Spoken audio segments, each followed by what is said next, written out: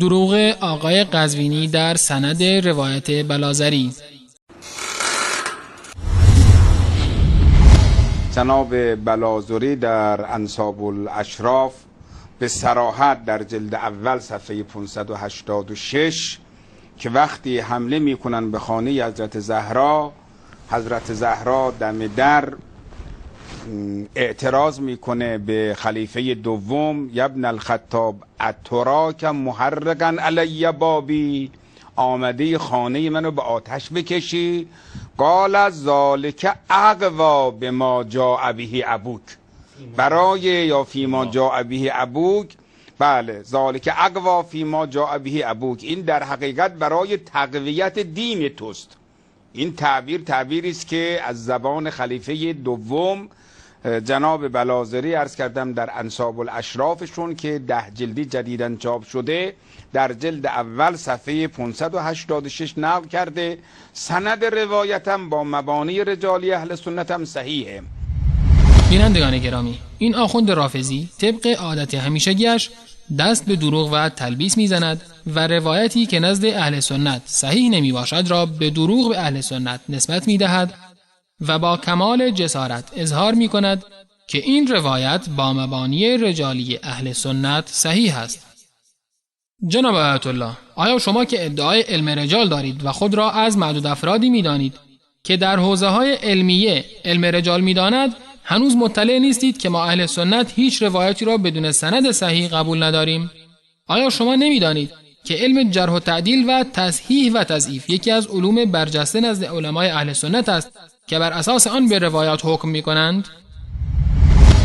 این رو بنده دارم اعلام می کنم.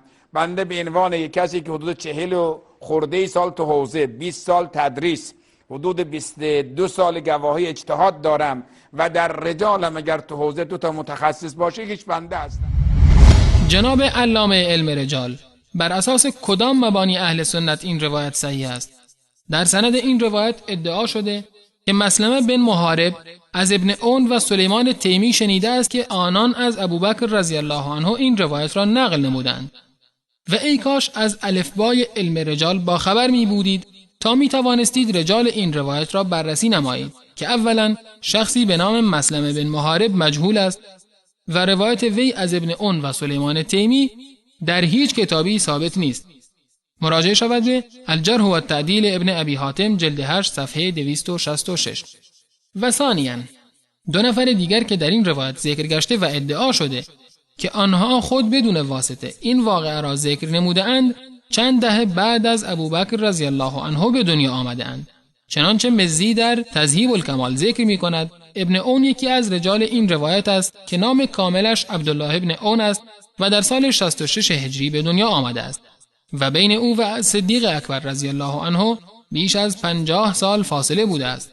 مراجعه شود به تهذیب الکمال فی اسماء الرجال جلد 15 صفحه 401 و مولد العلماء و وفیاتهم از ابن زبیر ربیعی جلد 1 صفحه 183.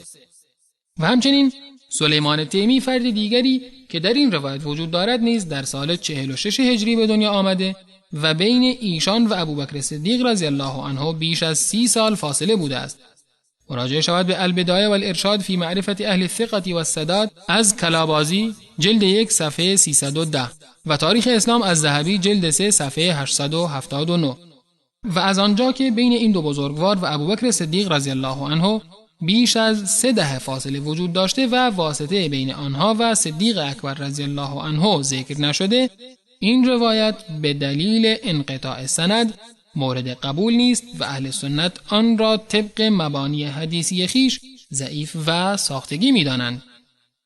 حال جناب علامه علم رجال، بر اساس کدام مبانی رجالی این روایت را به دروغ نزد اهل سنت صحیح می دانید؟